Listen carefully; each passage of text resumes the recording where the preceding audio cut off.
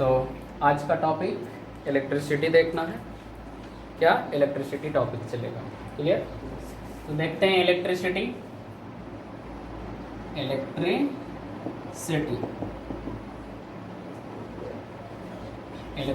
Topic बोला जाता है कि सबसे बड़ा जो डिस्कवरी हुआ है अभी तक वो इलेक्ट्रिसिटी बोला जाता है। तो इसको बोल सकते हो कि बिना विदाउट इलेक्ट्रिसिटी आजकल कुछ भी पॉसिबल नहीं है ना। हम लोग का लाइफ रुक सकता है इलेक्ट्रिसिटी के बिना, क्लियर? तो इलेक्ट्रिसिटी चैप्टर पढ़ाने से पहले कुछ टॉपिक हम यहाँ पे बताएंगे, वो बहुत ही ज़रूरी होता है। जो कि जैसे अगर कोई एटम का हम कंसीडर किए, क्लियर? तो कोई एटम का कंसीडर किए तो बीच में क्या होता है? न्यूक्लियस होता है। बीच में न्यूक्लियस होता है। तो न्यूक्लियस होता है तो neutron plus proton, neutron plus proton. अब बाहर क्या रिवॉल्व करता है? इलेक्ट्रॉन रिवॉल्व करता है। समझ में आया?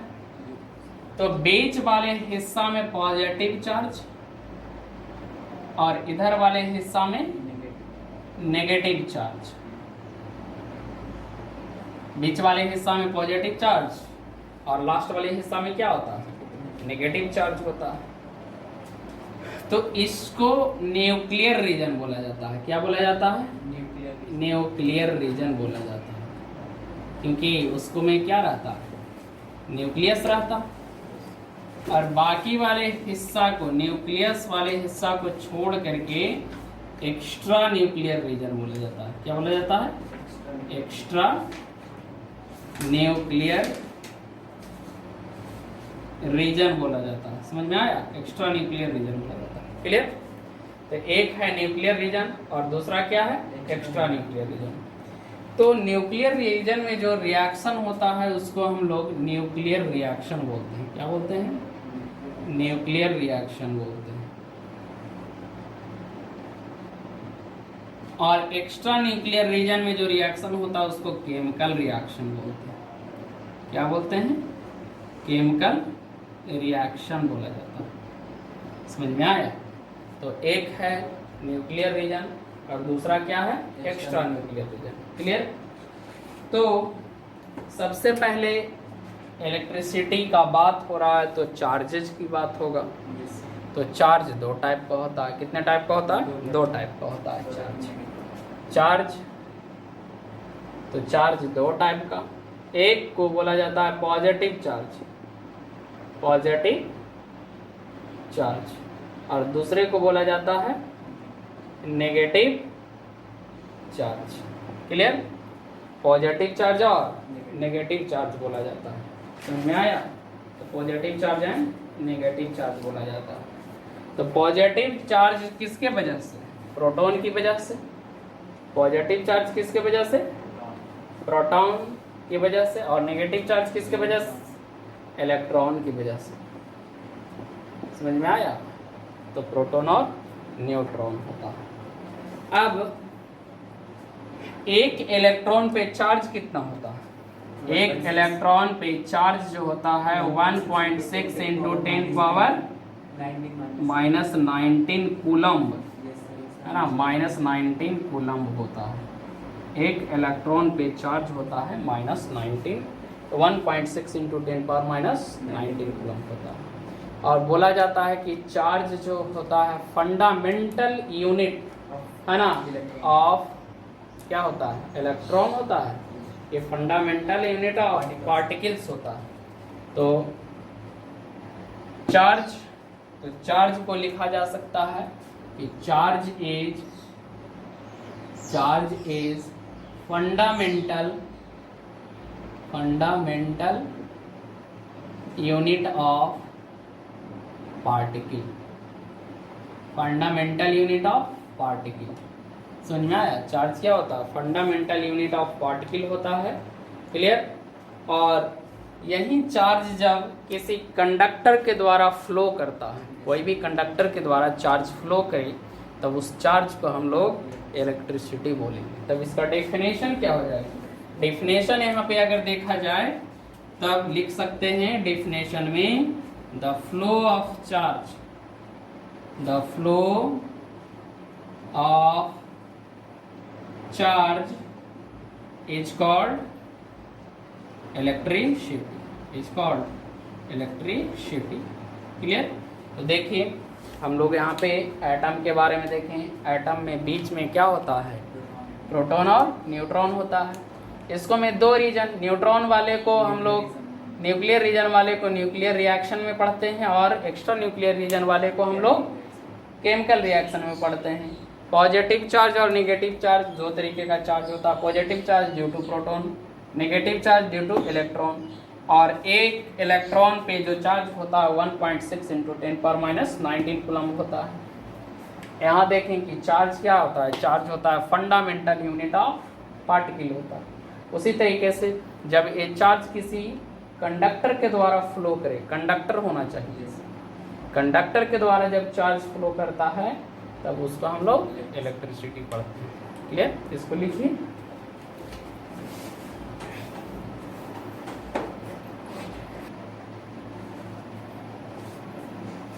तो अभी हम लोग क्या देखें? चार्ज के बारे में देखें। अब थोड़ा इलेक्ट्रॉन का जानकारी लेते हैं। इलेक्ट्रॉन कितने टाइप्स का होता है? तो इलेक्ट्रॉन दो टाइप्स का होता है। कितने टाइप्स का होता है? दो टाइप्स का इलेक्ट्रॉन। एक को वैलेंस इलेक्ट्रॉन बोलते हैं और दूसरे को कोर इलेक्ट्रॉन, यानी कि कोर इलेक्ट्रॉन और वैलेंस इलेक्ट्रॉन। कोर इलेक्ट्रॉन और वैलेंस इलेक्ट्रॉन। तो इलेक्ट्रॉन दो टाइप का, कोर इलेक्ट्रॉन और वैलेंस इलेक्ट्रॉन। जब आप लोग इलेक्ट्रॉनिक कॉन्फ़िगरेशन करते होंगे तब देखते होंगे कि लास्ट सेल एक आता था। तो कोई भी इलेक्ट्रॉन जो मूवमेंट करता है लास्ट ऑर्बिट से ही करता है, लास्ट सेल से, इनर सेल से तो करता नहीं है। तो लास्ट सेल से जो मूवमेंट करेगा इलेक्ट्रॉन, उसी के वजह से क्या होगा? इलेक्ट्रिसिटी का, चार्ज का फ्लो होगा। और एक होता है कोर इलेक्ट्रॉन। तो electron which is present in inner cell। कहाँ प्रेजेंट होता है? इनर सेल में जो प्रेजेंट होता है उसको क्या बोलते हैं? कोर इलेक्ट्रॉन बोलते हैं। और वैसा electron which is present in outermost cell, उसको क्या बोलेंगे? बोलो। वैलेंस इलेक्ट्रॉन बोलेंगे। उसको क्या बोला जाएगा? Valence electron. तो वैसा इलेक्ट्रॉन जो कहाँ पाया जाता हो? आउटरमोस्ट सेल में, उसको वैलेंस इलेक्ट्रॉन बोला जाता है।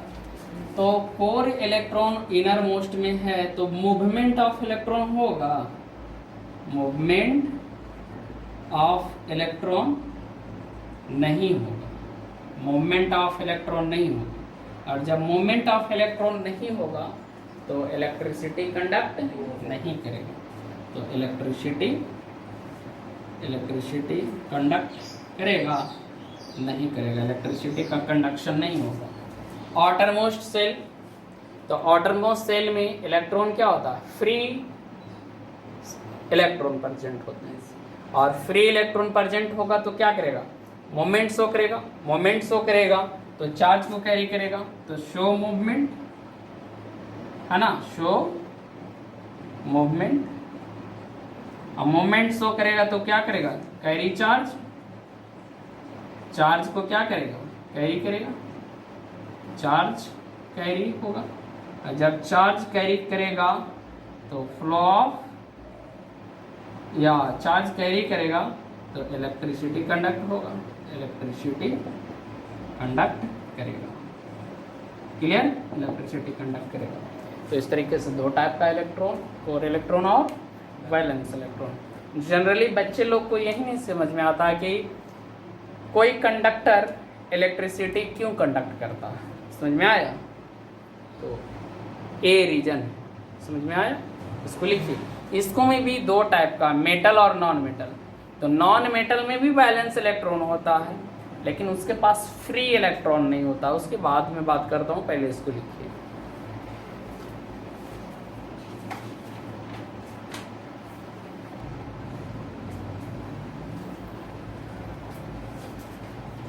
तो देखो, अभी तक हम लोग देखते आए हैं, यही जाने हैं कि मेटल इलेक्ट्रिसिटी को कंडक्ट करता है और नॉन मेटल इलेक्ट्रिसिटी को कंडक्ट नहीं करता है।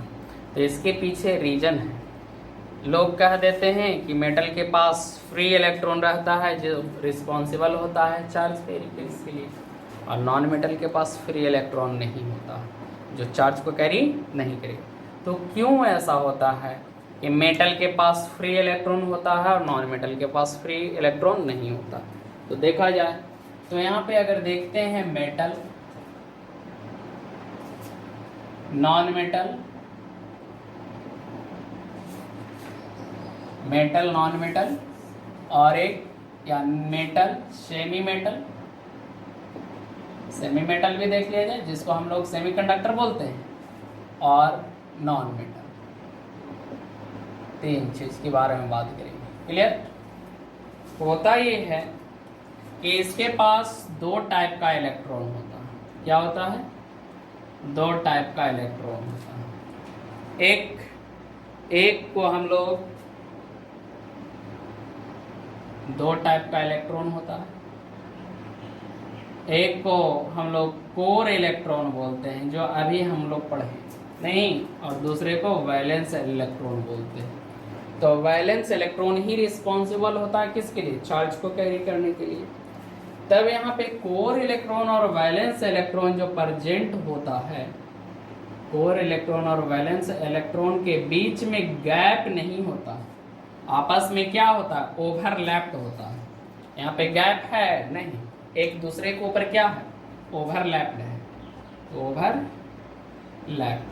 तो ओवरलैप्ड की वजह से यहाँ पे इलेक्ट्रॉन की कभी कमी होगा नहीं, इलेक्ट्रॉन कंटिन्यूअस फ्लो करेगा। इलेक्ट्रॉन क्या होगा? कंटिन्यूअस फ्लो करेगा। तो वैलेंस इलेक्ट्रॉन और कोर इलेक्ट्रॉन और ये दोनों के बीच का जो गैप होता है उसको फॉरबिडन एनर्जी बोलते हैं। आगे पढ़ाएंगे फॉरबिडन एनर्जी गैप क्या होता है। तो यहाँ पे ओवरलैप के वजह से क्या होगा? कंटिन्यू करेगा, कंटिन्यू करेगा क्या? To flow electron, to flow electron, electron को फ्लो करेगा। इसलिए इसके पास क्या होता है? फ्री इलेक्ट्रॉन होता है। क्या होता है? फ्री इलेक्ट्रॉन होते हैं। इसलिए क्या होता है? गुड कंडक्टर ऑफ इलेक्ट्रिसिटी होता है। क्लियर? अब बात करते हैं सेमी मेटल में। तो सेमी मेटल में वैलेंस इलेक्ट्रॉन और कोर इलेक्ट्रॉन का बीच में गैप आ जाता है। समझ में आया? गैप आ जाता है। तो यहाँ पे वैलेंस इलेक्ट्रॉन है और ये कोर इलेक्ट्रॉन है। दोनों में इलेक्ट्रॉन तो रहेगा, इलेक्ट्रॉन रहेगा, और यहाँ भी। तो ये फॉरबिडन गैप इसको बोलते हैं, फॉरबिडन गैप। फॉरबिडन गैप मतलब उसको एनर्जी बोलते हैं। एक तरीके का क्या है? एनर्जी है। इस गैप को एनर्जी बोला जाता है। क्लियर? तो अगर रूम टेम्परेचर या टेम्परेचर कम हो तो क्या होता है? इलेक्ट्रिसिटी कंडक्ट नहीं करता है।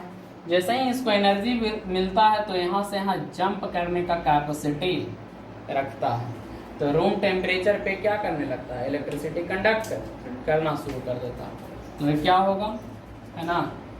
एट जीरो केल्विन, है ना? 0 केल्विन या 0 के, है ना? तो 0 के ऐसे भी ओके बन गया, ओके बन गया। तो इलेक्ट्रिसिटी को क्या करेगा? कंडक्ट करेगा। इलेक्ट्रिसिटी को क्या करेगा? कंडक्ट करना शुरू करेगा। समझ में आया? एक होता है नॉन मेटल। तो नॉन मेटल में वैलेंस इलेक्ट्रॉन और कोर इलेक्ट्रॉन का बीच का गैप बहुत ज़्यादा होता है। वैलेंस इलेक्ट्रॉन और कोर इलेक्ट्रॉन का गैप क्या होता है?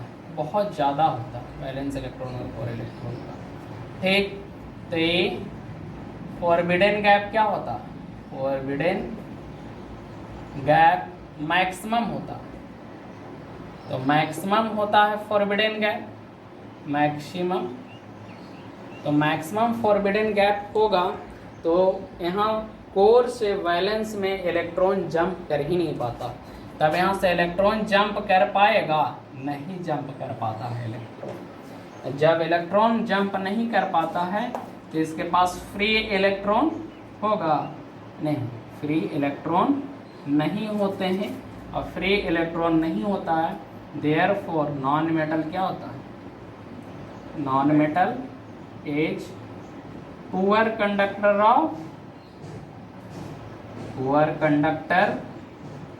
ऑफ इलेक्ट्रिसिटी होता है, इलेक्ट्रिसिटी।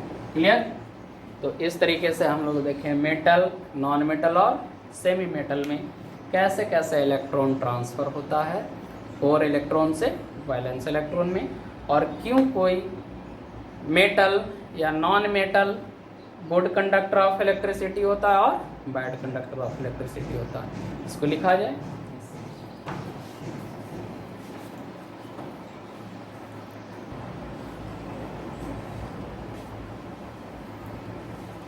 तो अब देखा जाए चार्ज क्या होता है। क्लियर? चार्ज होता क्या है?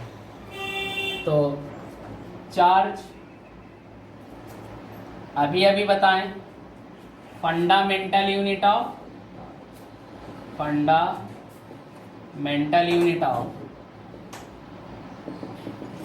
पार्टिकल, किसी भी पार्टिकल का फंडामेंटल यूनिट होता है चार्ज।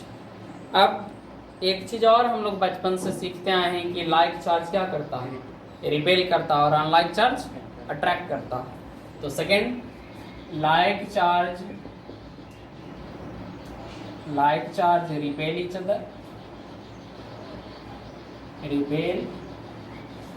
each other, और second point, unlike charge attract each other। Clear? तो लाइक चार्ज रिपेल करता है और अनलाइक चार्ज अट्रैक्ट करता है। एक और बात याद रखिए कि चार्ज क्वांटाइज्ड होता है। कैसा होता है चार्ज? चार्ज क्वांटाइज्ड वे में होता है, इंटीग्रल मल्टीपल में निकलता है। कैसे निकलता है? Integral multiple. बताते हैं क्या होता है। तो नेक्स्ट प्रॉपर्टी होता है चार्ज इज क्वांटाइज्ड। तो चार्ज क्या होता है? क्वांटाइज्ड होता है। क्वांटाइज्ड करने का मतलब होता है कि in the form of integral multiple, in the form of integral multiple के फॉर्म में होता है। जैसे Q is equal to NE, Q is equal to NE। समझ में आया? यहाँ से फार्मूला क्या हुआ? Q is equal to NE, where N is equal to 1 भी हो सकता है, 2, 3, ये इंटीजर हो सकता है। क्या हो सकता है? इंटीजर समझते हैं ना? पॉजिटिव इंटीजर, ना कि नेगेटिव इंटीजर। कैसा होगा? पॉजिटिव इंटीजर, 1 से इन्फिनाइट तक जाएगा। क्लियर? अब यहाँ पे देखा जाए कि Q क्या है। तो Q है चार्ज, Q क्या है? चार्ज। N क्या है? इंटीजर है ना, इंटीजर है। और E क्या है? तो E का वैल्यू 1.6 इंटू 10⁻⁻19 कूलम लेंगे। कितना लेंगे? 1.6 इंटू 10⁻⁻19 कूलम लेंगे। अब सारा चीज सीख लिए तो SI यूनिट चार्ज का क्या होगा? तो यहाँ पे SI यूनिट जो होता है, SI यूनिट ऑफ चार्ज, तो SI यूनिट ऑफ चार्ज जो होता है क्या होता है? कूलम होता है, COULOMB, कूलम। और इसी को कैपिटल C से लिखते हैं। तो SI यूनिट ऑफ चार्ज क्या होता है? कूलम। क्लियर? इसको लिखा जाए, आगे न्यूमेरिकल देखते हैं।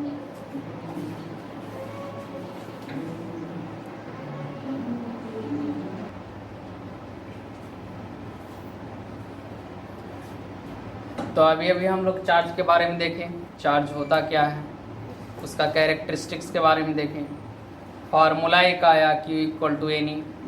तब यहाँ पे दो क्वेश्चन है, कहता है कि find the amount of charge flow in 6.25 into 10 power 18 electron. तो 6.25 इंटू 10 पावर 18 इलेक्ट्रॉन में कितना अमाउंट ऑफ चार्ज फ्लो होगा। तब यहाँ पे गिवन क्या है, गिवन देखा जाए तो गिवन है number of electron in 6.25 into 10 power 18 और E का वैल्यू होता 1.6 into 10 power minus 19 coulomb. Therefore Q पूछा चार्ज, तो Q equal to N into E होता है। N का वैल्यू 6.25 इंटू 10 पावर 18 में मल्टीप्लाई कर देंगे 1.6 इंटू 10 पावर माइनस 19। तब देखिए ये दोनों का मल्टीप्लाई होगा तो 10 के आसपास आएगा या 10 ही आएगा, और ये दोनों 10 पर माइनस 1, तब कितना हो जाएगा 1 कूलम हो जाएगा, है ना। तो टोटल चार्ज कितना हुआ 1 कूलम। आया आप लोग को 1 कूलम, क्लियर। नेक्स्ट है कि यहाँ पे गिवन है charge Q is equal to 96 into 10 power 20 coulomb है। और हम लोग जानते हैं कि N इज इक्वल टू क्या होता है 1.6 N नहीं E is equal to 1.6 into 10 power minus 19 coulomb.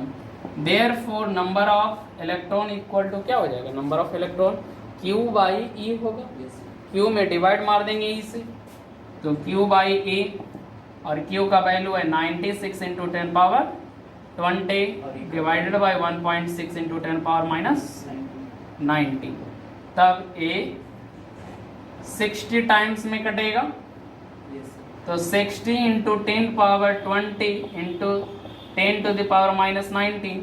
जब ए दोनोको सोल्व करेंगे तो कितना हो जाएगा 60 into 10 is equal to 600 electron. 6 ना होता सिर्फ कितना 16 नहीं 60 ना होगा, पॉइंट है ना, पॉइंट है तो 60 होगा। क्लियर, इसको लिखिए, आगे देखते हैं।